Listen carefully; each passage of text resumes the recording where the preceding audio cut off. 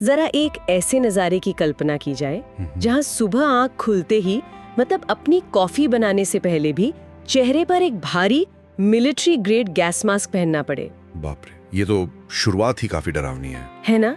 क्योंकि अगर ऐसा नहीं किया तो घर के बाहर बहने वाली हवाई जान लेने के लिए काफी है। और सबसे हैरानी की बात तो ये है कि ये कोई हॉलीवुड की साइंस फिक्शन फिल्म का सीन नहीं है। बिल्कुल नहीं। लोग अपनी पूरी मर्जी से एक ऐसी ही जगह पर रह रहे हैं जहां हर सांस के साथ मौत का खतरा है। तो चलिए इसे थोड़ा डिकोड करते हैं। आज के हमारे इस गहन अध्ययन का यानी इस डीप डाइव का मिशन धरती के इन्हीं सबसे चरम और खतरनाक कोनों का गहराई से विश्लेषण करना है। हाँ, और ये समझना बहुत जरूरी है कि ये सिर्फ भूगोल या नक्शों की बात नहीं है। प्रकृति के सबसे खूंखार रूपों के सामने जीवन खुद को कैसे बचाता है, यही हमारा आज का फोकस है। हाँ, और इन चरम स्थानों का अध्ययन हमें ये सोचने पर मजबूर करता है कि जीवन कोई नाजुक चीज नहीं है जिसे हमेशा एकदम परफेक्ट या आदर्श परिस्थितियों की जरूरत हो। मतलब आप कह रहे हैं कि जीवन काफी ढीठ होता है। हाँ बिल्कुल, ये एक अत्यधिक आक्रामक और लचीली प्रक्रिया है। जब हम इन खतरनाक जगहों की कार्यप्रणाली को गहराई से देखते हैं तो पाते हैं कि हर चरम भौगोलिक स्थिति के पीछे एक बेहद जटिल वैज्ञानिक तंत्र काम कर रहा है। जीवन उस तंत्र से लड़ता नहीं है। अच्छा, तो फिर क्या करता है? वो उसके लूप होल्स यानी उसकी बारीकियों को समझकर अपने लिए जगह बना लेता है। जीवन बस ढल जाता है। तो चलिए इस चर्चा की शुरुआत उस चीज से करते हैं जिसे हम सबसे ज्यादा स्थिर मानते हैं, हमारे पैरों के नीचे की जमीन। लेकिन क्या हो जब जमीन ही हर दिन अपना रूप बदलती रहे? ये एक बहुत ही दिलचस्प कॉन्सेप्ट है। चीन की येलो रिवर या जिसे पीली नदी कहते हैं, इसका एक अविश्वसनीय उदाहरण है। ये दुनिया की सबसे लंबी नदियों में से एक है, लेकिन जो बात इसे बाकी नदियों से अलग करती है वो पानी नहीं है, बल्कि उसके अंदर बहने वाली मिट्टी है ना? एकदम सही। ये नदी अपने साथ इतनी भारी मात्रा में गाद यानी सिल्ट लेकर चलती है कि इसका पानी गाढ़ा पीले रंग का हो जाता है। जब ये नदी समुद्र में जाकर गिरती है तो मीलों दूर तक समंदर में एक बिल्कुल स्पष्ट रेखा दिखाई देती है। हाँ, एक तरफ नदी का पीला पानी और दूसरी तरफ समुद्र का गहरा नीला पानी। हाँ, ये नज़ारा ऐसा लगता है जैसे किसी ने पानी पर सच में लकीर खींच दी हो। इसके पीछे का भूवैज्ञानिक तंत्र बहुत दिलचस्प है। ये नदी लोएस पठार, जिसे अंग्रेजी में लॉसेस प्लेटो कहते हैं, वहां से होकर गुजरती है। इस पठार की मिट्टी बेहद भुरभुरी और ढीली होती है। तो जब पानी वहां से निकलता है तो वो मिट्टी को अपने साथ ले जाता है। बिल्कुल, और थोड़ा बहुत नहीं, हर साल लगभग 1.6 अरब टन मिट्टी नदी अपने साथ बहा ले जाती है। बाप रे, 1.6 अरब टन। हाँ, और ये गाद सिर्फ पानी का रंग नहीं बदलती। यहाँ जो बात सबसे दिलचस्प है वो ये है कि ये एक तरह के तरल सैंड पेपर यानी लिक्विड रेगमाल का काम करती है। लिक्विड सैंड पेपर, ये शब्द बहुत सटीक है ना? ये लगातार नदी के रास्तों को काटती और छीलती रहती है, जिससे नदी का बहाव और उसके किनारे कभी एक जगह टिक ही नहीं पाते। ये नदी सचमुच हर दिन अपना नया नक्शा खुद बनाती है। और इस लिक्विड सैंड पेपर की ताकत का सबसे बड़ा सबूत हमें येलो रिवर स्टोन फॉरेस्ट में देखने को मिलता है।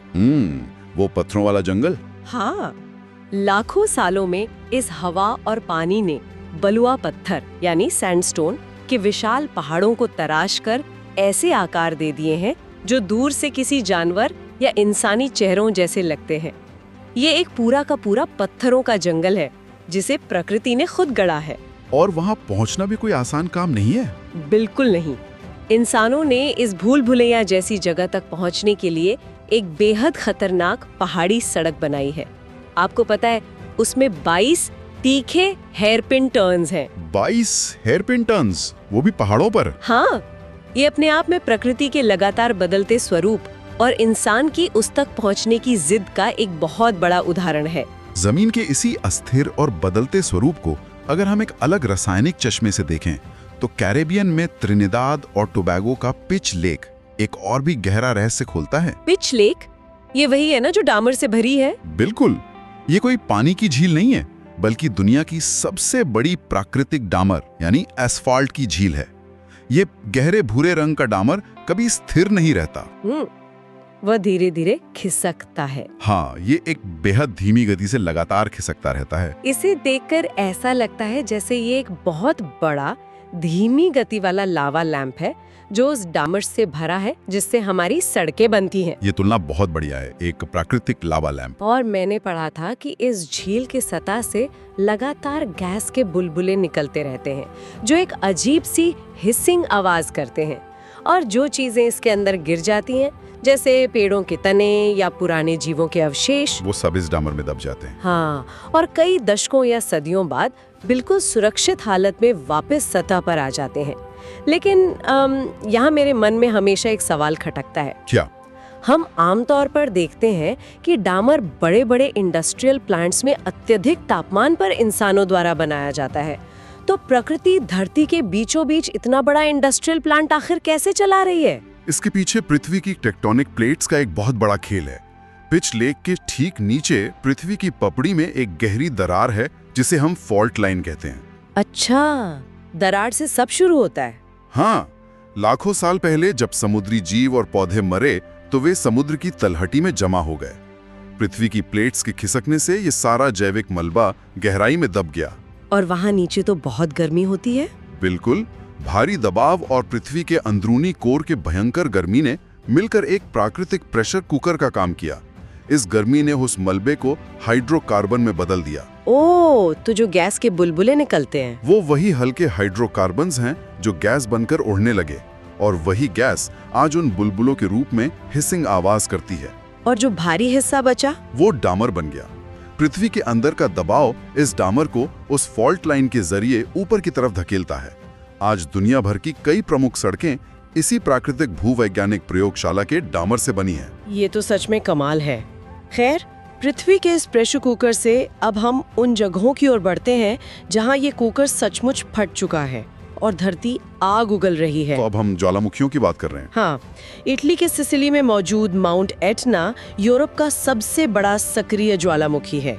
ये एक बेहद खतरनाक जगह है, लेकिन यहाँ एक ऐसी घटना होती है जो पूरी तरह से अवास्तविक लगती है। आप उन धुएं की छल्लों की बात कर रही हैं ना, वॉर्टेक्स रिंग्स। बिल्कुल, ये ज्वालामुखी अक्सर धुएं के बिल्कुल गोल छल्ले बनाता है जो आसमान में उड़ते हुए दिखाई देते हैं। ये होता कैसे है? उन धुएं के छल्लों के बनने की प्रक्रिया भौतिकी का एक शानदार उदाहरण है। ज्वालामुखी के अंदर जब गैस का एक बड़ा बुलबुला बहुत तेजी से ऊपर उठता है और एक बिल्कुल गोल और संकरी निकास नली से बाहर निकलता है, तो गैस रगड़ खाती होगी। हाँ, गैस के किनारे नली की दीवारों से रगड़ खाकर धीमे हो जाते हैं, जबकि बीच की गैस तेजी से निकल जाती है। इससे वो गैस एक घूमते हुए छल्ले का आकार ले लेती है। ये बिल्कुल वैसा ही है जैसे कोई इंसान गोल मुंह बनाकर धुएं के छल्ले छोड़ता है, बस यहाँ ये काम एक पूरा पहाड़ कर रहा है। एकदम सही। और इस खतरनाक पहाड़ की एक और कहानी है जो मुझे सच में हैरान करती है। लोग इस ज्वालामुखी के ढलानों पर रहते हैं, यहाँ तक कि पुराने जमे हुए लावा के ऊपर आज अंगूर के बड़े बड़े बाग उगते हैं। हाँ, वहाँ की वाइन बहुत मशहूर है। और इतना ही नहीं, गर्मियों में लाखों की संख्या में लेडी बग्स यहाँ गर्म पत्थरों की गर्माहट लेने आते हैं। और इस सक्रिय ज्वालामुखी पर सर्दियों में लोग स्की रिजॉर्ट्स में छुट्टियां मनाने जाते हैं। मतलब खतरे के एकदम बीचों बीच मनोरंजन। हाँ, इसी तरह अगर हम धरती के उस हिस्से की बात करें जो सचमुच उबल रहा है, तो बोलीविया का सोल दे मानाना जहन में आता है। ये समुद्र तल से 5000 मीटर ऊपर है। 5000 मीटर मतलब वहाँ ऑक्सीजन भी कम होगी। बिल्कुल, यहाँ उबलती हुई मिट्टी, भाप के फव्वारे और गंधक यानी सल्फर के कारण जमीन का रंग पीला और नारंगी हो गया है। जब ऊंचाई की जमा देने वाली ठंडी हवा इन गर्म भाप के फव्वारों से टकराती है तो ऐसा लगता है जैसे हम किसी दूसरे ग्रह पर आ गए हों। हाँ, एकदम किसी एलियन ग्रह जैसा नजारा होता है। वे उबलते हुए फव्वारे दरअसल जमीन के नीचे मौजूद मैग्मा चैम्बर से मिलने वाली गर्मी का नतीजा है। पानी नीचे जाता है और उबलकर ऊपर आता है। हाँ, पानी जमीन के नीचे रिसता है, मैग्मा उसे उबाल कर भाप में बदलता है और फिर वो भाप भारी दबाव के साथ जमीन फाड़कर बाहर आती है। लेकिन इन ज्वालामुखी इलाकों में जो बात सबसे ज्यादा ध्यान खींचती है वो जापान के मियाकेजिमा द्वीप की स्थिति है। ओह, मियाकेजिमा, यहाँ से कहानी सच में बहुत दिलचस्प हो जाती है। टोक्यो से कुछ ही घंटे दूर इस आइलैंड पर लोग माउंट ओयामा नाम के एक सक्रिय ज्वालामुखी के बिल्कुल साए में रहते हैं। और वहाँ हवा बिल्कुल साफ नहीं है। बिल्कुल नहीं, हवा में हमेशा जहरीली गैस सल्फर डाइऑक्साइड का स्तर इतना अधिक रहता है कि लोगों को हर वक्त अपने साथ एक गैस मास्क रखना पड़ता है। 24 घंटे? हाँ, जैसे ही गैस का स्तर बढ़ने का सायरन बजता है, लोग तुरंत मास्क पहन लेते हैं। बच्चे उसी मास्क को पहनकर स्कूल जाते हैं, बाहर खेलते हैं।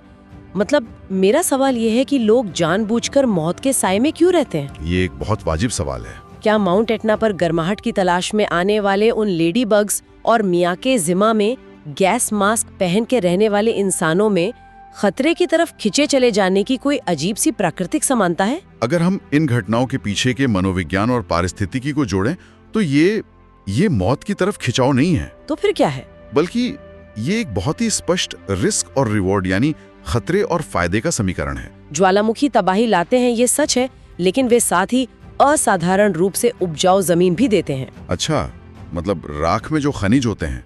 बिल्कुल, ज्वालामुखी राख खनिजों का खजाना होती है। इंसान और जीव जंतु दोनों उस उपजाऊ जमीन, उस गर्माहट और उस जगह से जुड़े अपने ऐतिहासिक लगाव के लिए एक बहुत बड़े खतरे के साथ समझौता कर लेते हैं। ये एक तरह का क्रूर सौदा है जो जीवन प्रकृति के साथ करता है। सही कहा। खैर, इस आग और जहरीली हवा के समझौते से बाहर निकलकर अब हम दुनिया के उन हिस्सों की ओर चलते हैं जहां प्रकृति कोई रिवॉर्ड या फायदा नहीं देती, जहां सब कुछ जम चुका है। मतलब अब हम बर्फ की तरफ जा रहे हैं। हाँ, जहां इंसान ने खुद को एक पूरी तरह से अलग प्राणी में इंजीनियर कर लिया है। रूस का नोरिल्स्क शहर इसका सबसे बड़ा प्रमाण है। ये दुनिया का सबसे उत्तरी शहर है जहां 1 लाख से ज्यादा लोग रहते हैं। नोरिल्स्क का भूगोल और जलवायु ये मानव शरीर के लिए पूरी तरह से प्रतिकूल है। एकदम रहने लायक नहीं है। हाँ, ये आर्कटिक सर्कल के ऊपर स्थित है, जहाँ भयंकर बर्फबारी के कारण लोगों को अपने घरों और इमारतों से बाहर निकलने के लिए बाकायदा बर्फ के अंदर सुरंगें खोदनी पड़ती हैं। बर्फ की सुरंगें, और यहाँ का आसमान और भी अजीब खेल खेलता है। यहाँ सर्दियों में 45 दिन की पोलर नाइट होती है। 45 दिन तक सूरज नहीं निकलता? हाँ, मतलब 45 दिनों तक सूरज निकलता ही नहीं, बस लगातार रात रहती है। और गर्मियों में 60 दिन का मिडनाइट सन, जहाँ सूरज डूबता ही नहीं। ये तो शरीर की घड़ी को पूरी तरह बिगाड़ देता होगा। बिल्कुल। और ये क्लोज्ड सिटी है जहाँ बाहरी लोगों का आना मना है। यहाँ के भारी कारखानों ने पर्यावरण को इस कदर बदल दिया है कि नदियाँ रासायनिक प्रदूषण के कारण लाल या दूसरे रंगों में बदल जाती हैं। वो लाल नदियों वाली तस्वीरें सच में डरावनी होती हैं। लेकिन यहाँ मुझे इस बात पर बहुत आपत्ति है। लगातार 45 दिनों की रात, जहरीली नदियाँ और बर्फ की सुरंगें, ये किसी विज्ञान कथा के डिस्टोपियन समाज जैसा लगता है। हाँ, सुनने में तो ऐसा ही लगता है। तो क्या महज धातुओं और गैस को धरती से निकालने के लिए इंसानों को ऐसी आम मानवीय परिस्थितियों में डालना सही है? क्या ये हमारी ऊर्जा की भूख और लालच की कोई सीमा नहीं है? इससे एक बहुत ही अहम सवाल खड़ा होता है। ये एक बहुत ही गंभीर और चुभने वाला सवाल है। लेकिन अगर हम आधुनिक समाज की कार्यप्रणाली को देखें तो नोरिल्स्क कोई अलग थलग घटना नहीं है। मतलब और भी ऐसी जगह हैं? हाँ, लेकिन नोरिल्स्क की ही बात करें तो वहाँ की खदानों से भारी मात्रा में पैलेडियम और निकेल निकाला जाता है। ये वही धातुएं हैं जो हमारे और आपके स्मार्टफोन्स के अंदर मौजूद हैं। ओह, मतलब जो फोन हम रोज इस्तेमाल करते हैं और जो भविष्य की ग्रीन एनर्जी या इलेक्ट्रिक गाड़ियों की बैटरी के लिए अनिवार्य हैं। तो ये सिर्फ किसी एक कंपनी का लालच नहीं है, ये हमारी पूरी आधुनिक सभ्यता की मांग है, जिसके कारण इंसानों को 45 दिन के अंधेरे और भयंकर ठंड में काम करना पड़ता है। एकदम सही। लेकिन अगर हम इसी जमे हुए इलाके के एक दूसरे हिस्से यमल प्रायद्वीप को देखें तो वहां जीवन का एक अलग ही रूप मिलता है। यमल पेनिनसुला, हाँ। ये इलाका परमाफ्रॉस्ट यानी हमेशा जमी रहने वाली जमीन पर बसा है। हाँ, और इसी यमल प्रायद्वीप पर नेनेट्स समुदाय के कुछ हजार बंजारे लोग भी रहते हैं। बिल्कुल। नेनेट्स लोगों ने इस जमा देने वाली ठंड के खिलाफ मशीनों की जंग नहीं छेड़ी है जैसे नोरिल्स्क में हुआ, बल्कि उन्होंने खुद को इसके अनुकूल ढाल लिया है। वो रेंडियर चराते हैं ना? हाँ, वे लाखों रेंडियर चराते हैं, जानवरों की खाल से बने टेंट में रहते हैं। उनका जीवन परमाफ्रॉस्ट के साथ एक संतुलन में चलता है। और वहाँ बर्फ के नीचे भी तो बहुत कुछ छुपा है। हाँ, दिलचस्प बात यह है कि इस परमाफ्रॉस्ट के नीचे हजारों साल पुराने जीव जैसे मैमथ आज भी पूरी तरह से सुरक्षित हैं। ये बर्फ इतिहास का एक ऐसा फ्रीजर है जिसने समय को रोक दिया है। तो एक ही भयानक ठंड में हमें 2 अलग अलग नज़ारे मिलते हैं। नोरिल्स्क, जहाँ इंसान ने प्रकृति को मशीनों से चुनौती दी है, और नेनेट्स, जिन्होंने उसी बर्फ के साथ जीना सीख लिया है। सही कहा। ये दो बिल्कुल अलग नजरिए हैं। चलिए अब हम अपनी चर्चा के आखिरी पड़ाव पर चलते हैं। आग और बर्फ से जूझने के बाद उन जगहों की बात करते हैं जहां इंसानी इरादों और प्रकृति का सीधा सीधा टकराव होता है। नामीबिया का स्केलेटन कोस्ट इस टकराव का एक खौफनाक स्मारक है। इस तट का भौगोलिक और मौसमी तंत्र बेहद अजीब है। यहाँ समुद्र की ठंडी जलधाराएं रेगिस्तान की गर्म हवाओं से टकराती हैं। तो उससे बहुत कोहरा बन जाता होगा। हाँ, जिससे एक बेहद घना कोहरा बन जाता है। पुराने समय के नाविक इस कोहरे में दिशा भटक जाते थे। और उसी का नतीजा है कि आज इस तट पर सैकड़ों टूटे हुए समुद्री जहाज रेगिस्तान के बीचों बीच धंसे हुए हैं। वो नज़ारा सच में रोंगटे खड़े कर देने वाला है। बिल्कुल। जो चीज सबसे ज्यादा कंपा देने वाली है वो ये है कि ये जहाज समुद्र के पानी में नहीं बल्कि तट से मीलों दूर सूखी रेत में पड़े हैं। ऐसा लगता है जैसे रेगिस्तान ने आगे बढ़कर समुद्र से इन जहाजों को छीन लिया हो। सही कहा। यहाँ विशाल व्हेल मछलियों की सफेद हड्डियों के बीच रेगिस्तान के शेर घूमते हैं और यहाँ वेल्वेट्सिया नाम का एक पौधा पाया जाता है जो 1000 सालों तक जिंदा रह सकता है। वेल्वेट्सिया पौधे का तंत्र कमाल का है। इस सूखे रेगिस्तान में जहाँ बारिश नहीं होती, ये पौधा अपने खास तरह के पत्तों के जरिए उस घने कोहरे से नमी सोख लेता है। कोहरे से पानी पीता है? हाँ, ये इस बात का प्रतीक है कि जहाँ इंसान की सबसे बड़ी मशीनें यानी वे विशाल जहाज हार मानकर कंकाल में बदल गए, वहीं एक छोटा सा पौधा कोहरे का इस्तेमाल करके 1000 साल तक जिंदा रहता है। इंसान की इसी हार का एक और दृश्य आइसलैंड के एक कंकरीले तट पर दिखता है। वहाँ गार्डर BA-64 नाम का एक 70 साल पुराना विशाल लोहे का जहाज आज भी फंसा हुआ है। वो धीरे धीरे जंग खा रहा है। हाँ, और उस ठंडी खामोश प्राकृतिक छटा का ही एक हिस्सा बनता जा रहा है। लेकिन इंसान हर बार हार नहीं मानता। बिल्कुल, इंसान का लचीलापन भी अद्भुत है। चीन का अतुल्य गांव 800 मीटर ऊंची एक बिल्कुल सीधी चट्टान पर बसा है। पहले यहाँ के लोगों और छोटे बच्चों को गांव तक पहुँचने के लिए केवल लकड़ी की कमजोर सीढ़ियों के सहारे चट्टान पर झूलना पड़ता था। बाप रे, 800 मीटर और लकड़ी की सीढ़ियाँ? हाँ, लेकिन अब उस पहाड़ पर 2500 से ज्यादा सीढ़ियों वाला एक मजबूत स्टील का रास्ता बना दिया गया है। ये तो इंसानी जिद की बहुत बड़ी मिसाल है। और ऐसा ही एक और नजारा ताना बारक बीच पर दिखता है। वहाँ एक विशाल चूना पत्थर यानी लाइमस्टोन की पहाड़ी थी। इंसानों ने उस पहाड़ी के किनारे से घुमावदार रास्ता नहीं बनाया। तो क्या किया? उन्होंने भारी मशीनों से उस पूरी पहाड़ी का सीना बीच से चीरकर समुद्र तक जाने के लिए एक बिल्कुल सीधी सड़क बना दी। जब सूरज की रोशनी उस कटी हुई चट्टान पर पड़ती है तो वो सफेद से सुनहरी हो जाती है। ये तो प्रकृति को सीधे सीधे चुनौती देना हुआ। तो इस सब का आखिर मतलब क्या है? जब मैं इन जगहों के बारे में सोचती हूँ तो मुझे लगता है कि स्केलेटन कोस्ट और गार्डर BA-64 के जंग खाते हुए जहाज इंसानी हार के स्मारक है। Monuments of defeat. हाँ, वे बताते हैं कि प्रकृति के सामने हम कितने बौने हैं। लेकिन दूसरी तरफ 800 मीटर ऊंचे पहाड़ की वे स्टील की सीढ़ियां और तानाबरख की बीच से फाड़ी गई पहाड़ी इंसानी जिद और जीत के स्मारक हैं। इस पूरे विश्लेषण का सार यही है कि प्रकृति के पास एक अद्भुत क्षमता है। वो हमारी गलतियों और दुर्घटनाग्रस्त जहाजों को धीरे धीरे अपने ही परिदृश्य में जज्ब कर लेती है। हाँ, वो लोहे के कंकाल भी समय के साथ प्राकृतिक लगने लगते हैं। बिल्कुल, लेकिन जहां इंसान अपना अटूट संकल्प दिखाता है, अपनी इंजीनियरिंग की पूरी ताकत लगा देता है, वहां उस अजय प्रकृति को भी पीछे हटना पड़ता है और इंसान को रास्ता देना पड़ता है।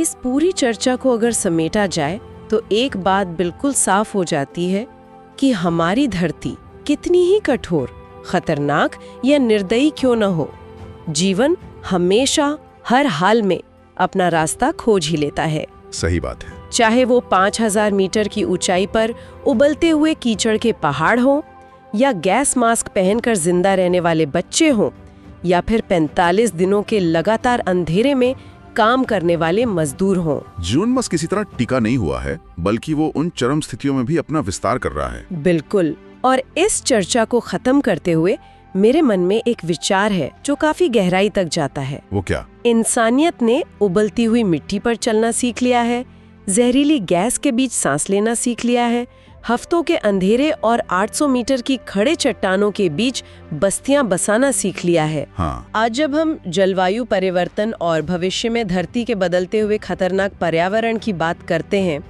तो क्या हमारा ये अविश्वसनीय लचीलापन हमें ये पक्का भरोसा दिलाता है कि भविष्य में हालात कितने भी बुरे क्यों ना हो जाएं, हम किसी न किसी तरह जिंदा रह ही लेंगे। ये एक बहुत गहरा सवाल है। या फिर क्या हम इंसान तभी अपना सबसे बेहतरीन, सबसे क्रांतिकारी रूप दिखाते हैं जब हमारे पास भागने का कोई रास्ता नहीं बचता और हमें बिल्कुल खाई के किनारे पर धकेल दिया जाता है? इन सवालों के साथ आज का ये सफर यहीं रोकते हैं।